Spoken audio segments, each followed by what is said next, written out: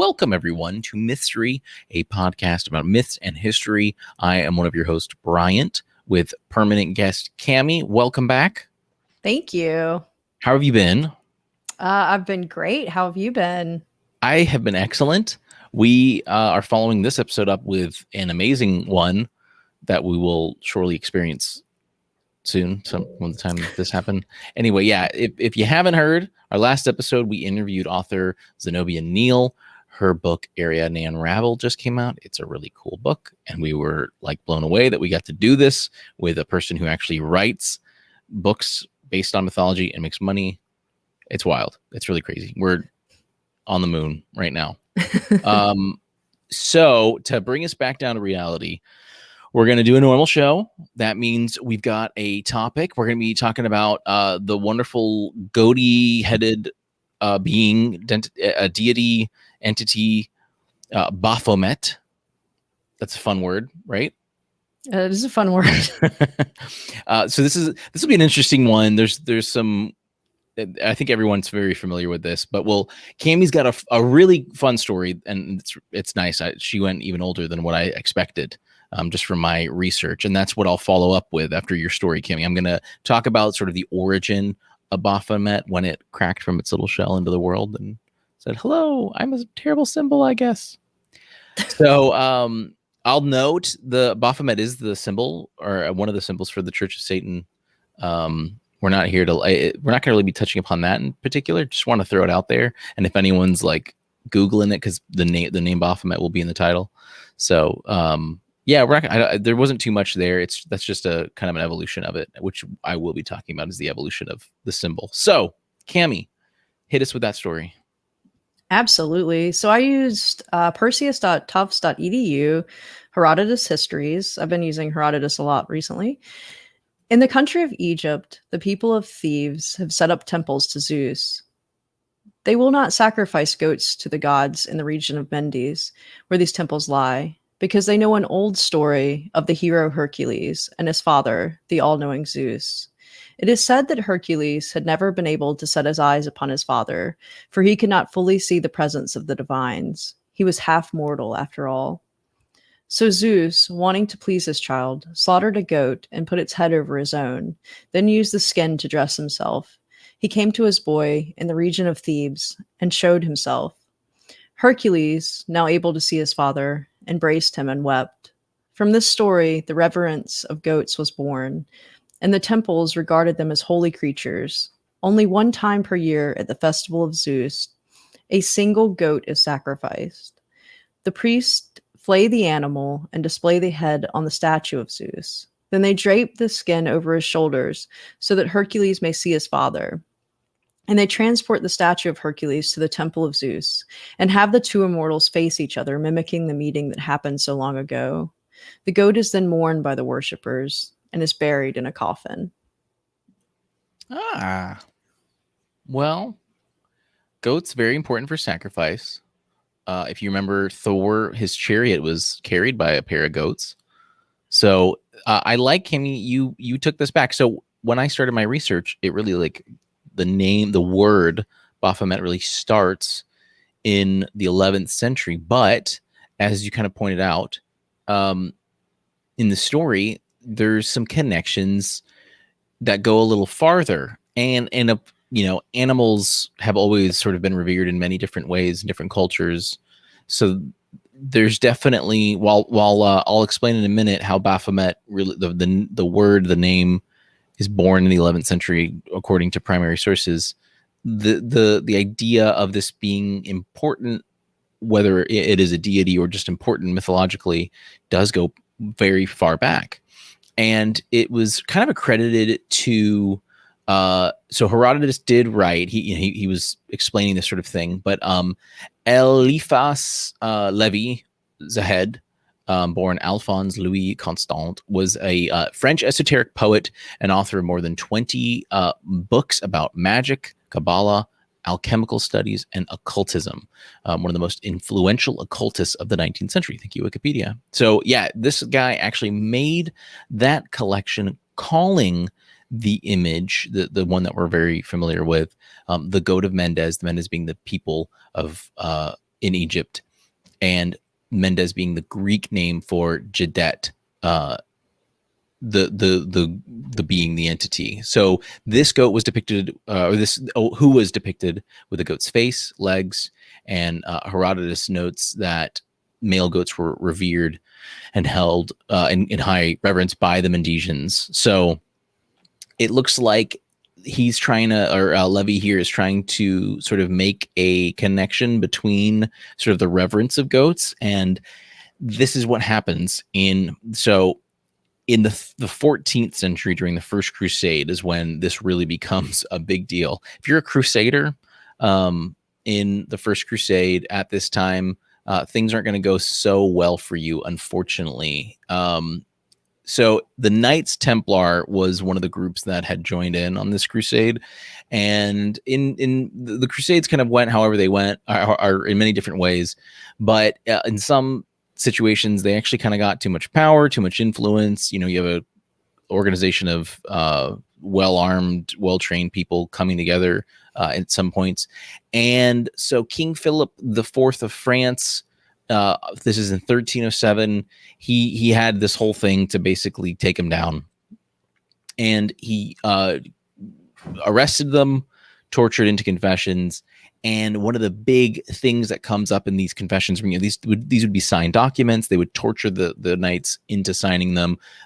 This Baphomet came into play. They had to prove they were devious to take away their money, to take away their power, and by saying that they were that they, when they went to the east, especially, they got this being, and it just went crazy from there. And I was happy because when I started this too, I wasn't expecting Byzantium, the Eastern Roman Empire, to come into play, but they certainly were. Yeah, you haven't mentioned Byzantium. It's been a while. It's been a while. Yeah. So so the Byzantium was really important to the Crusades because they were like a launch pad to further into the east. To Jerusalem. That was typically the goal, but all the Western Knights would kind of go to Byzantium to prepare and then go. But even that takeover from the west to the east, from Italy to Byzantium, was huge. Many different languages being spoken, lots of wealth. The same sort of service was not there. The servitude, the fiefdoms, that wasn't the same kind of way in the East. So life was extremely different. In fact, it was the Third Crusade that the Crusaders sacked Constantinople because they were like, you know what? Let's get these guys instead. They're right here. So a lot goes on there. And the name Baphomet, so we don't have a clear idea here, but medieval Greek, sometimes also called Byzantine Greek, has there are several references to Baphomet being an equivalent of Mahomet, which is like sort of a medieval French translation of Baphomet, which Mahomet redirects to Muhammad, which, if you're going to go on a crusade to take the Holy Land back, you're going to need to understand the Saracens, who are Muslims, and so you got to understand that. You got to understand the words.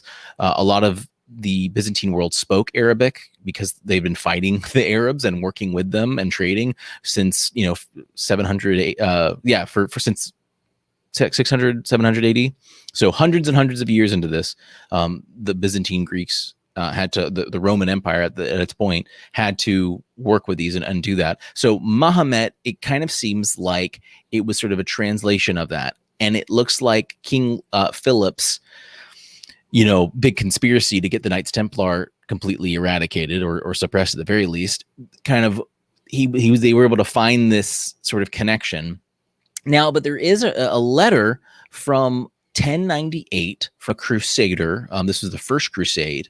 Anselm of Ribemont, he says, as the next day dawned, they called loudly upon Baphomet, and we prayed silently in our hearts to God. Then we attacked and forced all of them outside the city walls. This was so Malcolm Barber and Keith Bate wrote a book in 2010, Letters from the East, Crusaders, Pilgrims, and Settlers in the 12th and 13th centuries. So it looks like they might be, referencing like the call to prayer, perhaps, or something along those lines. The crusade wasn't just a straight shot to Jerusalem.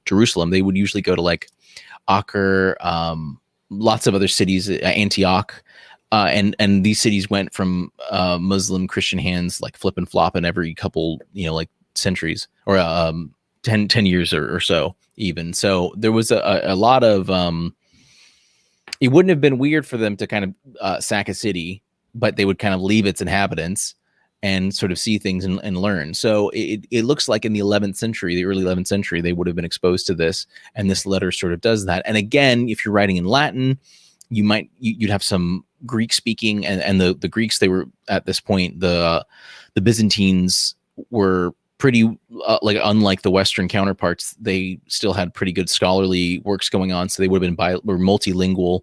And so, hey, what's the word for the, who they, the prophet that they worship?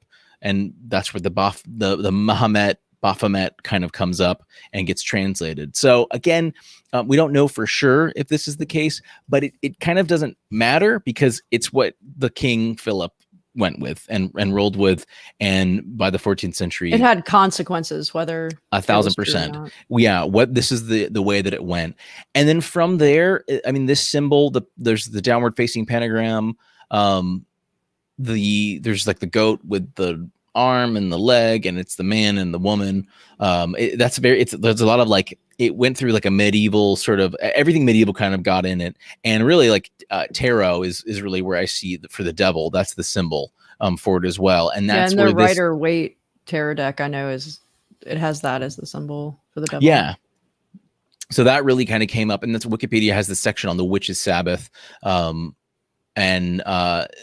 it being connected to that as well. So there's some pretty crazy stuff that's also out there for the etymologies. There's an idea that it could be the three phonemes that constitute the denomination, also in a coded fashion, for Basilius Philosophorum Metallorum. So you take Baphomet out of those three Greek words, which comes from the sovereign of metallurgical philosophers. So we're going into some Da Vinci Code stuff at that point. But that's kind of what they're thinking. There's also this idea that the Templars were Gnostics, and that Baphomet was formed from the Greek words Baphometus, to mean baptism of wisdom. So it could be all of these things.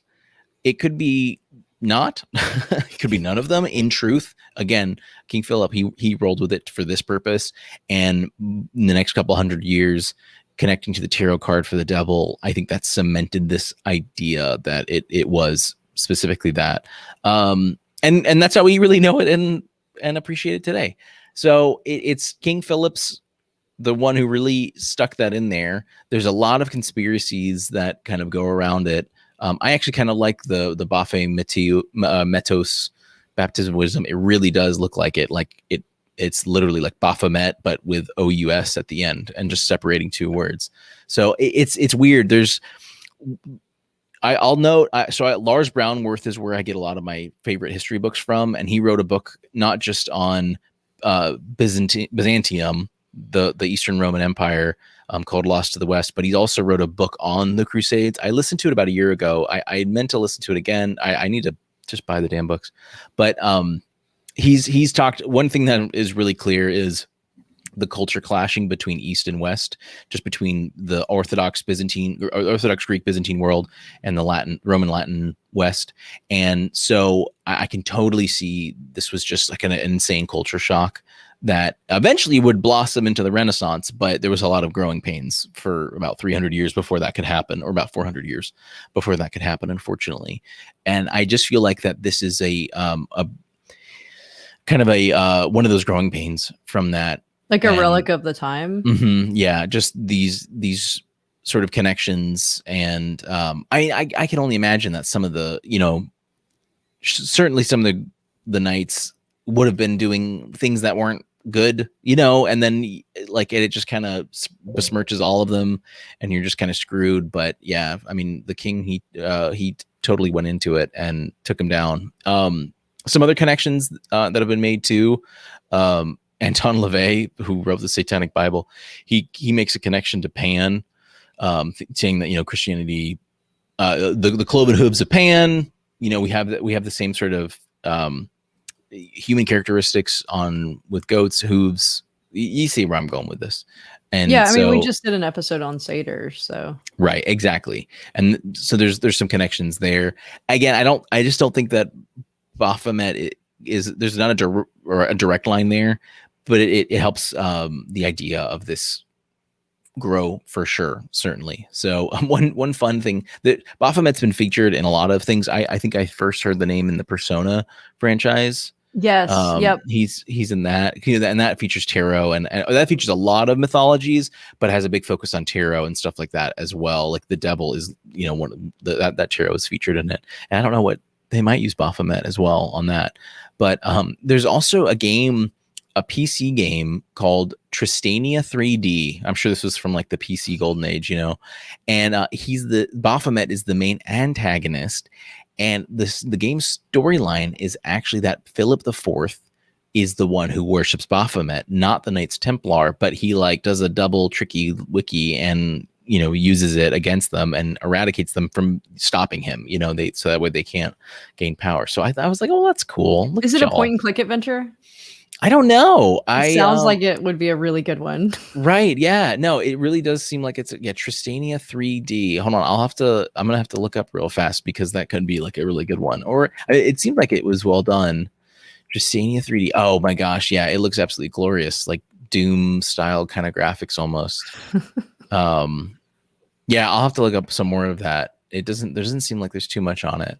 I know Jane Jensen, who did a lot of the Sierra games, did Gabriel Knight 3 was, I don't know if it featured Baphomet at all, but it did feature the Knights Templar and kind of like the seedier side of that and the darker side of that. That's cool. Yeah, I mean, it was rough. Like just from the books that I've read, like I really In Distant Lands is Lars Brownworth's book on the Crusades, and it was wild, absolutely wild. And I've also learned about the Crusades because of the effects that they had on Byzantium. Because the sacking of Constantinople after that was, I think, at the end of the Second Crusades, like at the end of the 13th century or mid 13th century.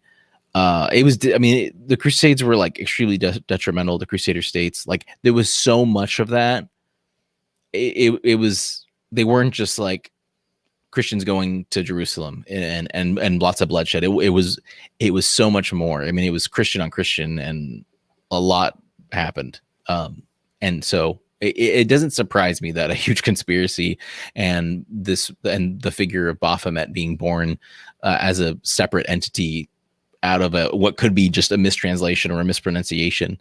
So I could totally believe that that's what the case is. But I really appreciate your story, Cammy, how you tied it into Herodotus's account of this ancient Egyptian society and how they worship goats. I think everyone can kind of understand and live with that. That's how we have, like, we've done centaur recently too. We've done satyrs, as you said. And we've, I think, touched upon how easy it is for society to kind of do that, especially with the centaurs. So it's just kind of wild, like my little Illuminati kind of touch up, how you could easily get into. I'm pretty sure Baphomet or the Pentagram is even featured in the Da Vinci Code. I've never read or watched that series, unfortunately. You're just like, it should be there. It's gotta be. It's gotta be Knights Templar. Oh yeah. I was, I'll say this. I did try and start the movie. It's kind of cheesy, and I'm kind of upset because it introduces you to all the Spanish Catholic, the evil people, and it's all British and American actors, and I'm like, you couldn't hire one Spanish actor? You couldn't? Well, that's Hollywood. Right. Anyway, I think that just about covers this. Let us know what you think of Baphomet. Have you ever had tarot readings and the devil popped up and you were like, oops? Let us know. Check out our links in our link tree below in the comment section. That's where you can find all of our social media. Please listen to our last show with Zenobia. That was just a great honor. And if you have a book that's coming out and you're a myth writer, let us know. We'll talk to you on the show. Anything else to add, Cammy? I think that's it. Awesome. Well, everyone, let us know what you think, and we will see you next time. Oh.